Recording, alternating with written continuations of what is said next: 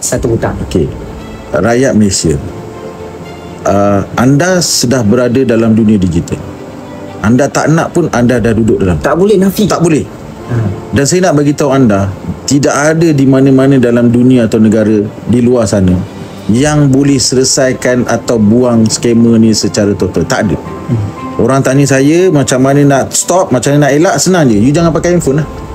Tapi you takkan tak pakai handphone. You memang pakai. Betul.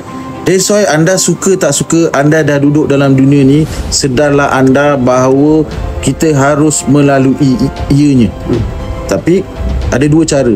Cara yang bijak dengan tak bijak lah. Betul. Cara yang bijak adalah anda educate diri anda untuk anda tahu apa yang anda boleh tekan, apa yang anda tak boleh tekan, apa yang anda boleh percaya, apa tak boleh percaya.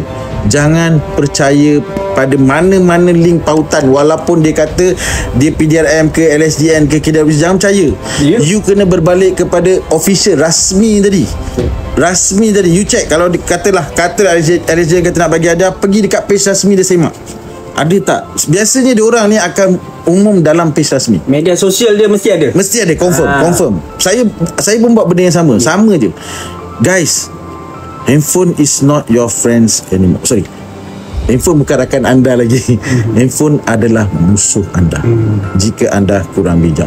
Suka tak suka, anda kena hadap, kerana bukan anda saja atau di Malaysia saja, semua negara dalam dunia ni berhadapan dengan situasi ni, dan kita takkan boleh lawan kecanggihan teknologi digital ini. Tak boleh. Apa yang kita boleh buat, educate. Keputusan di tangan anda. Terima kasih Tuan Rahmat Fitri Abdullah, penceramah bebas dan juga